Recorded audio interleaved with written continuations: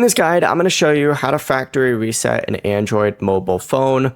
This is how you can hard reset. This is Aiden from JustBoz, and before we get into this guide, make sure to like the video and subscribe to the channel with all notifications on. It really does help with the channel, and it lets us know that you want more content like this, so we greatly appreciate it. If at any point throughout this guide you did have any questions, just ask them down in the comment section below, and we can help you out further. I'm going to be doing my best to reply to every single comment down there. Now, factory reset can permanently delete your photos, apps, messages, and other data. You're also going to need the Google account previously connected to the phone during setup, so keep that in mind.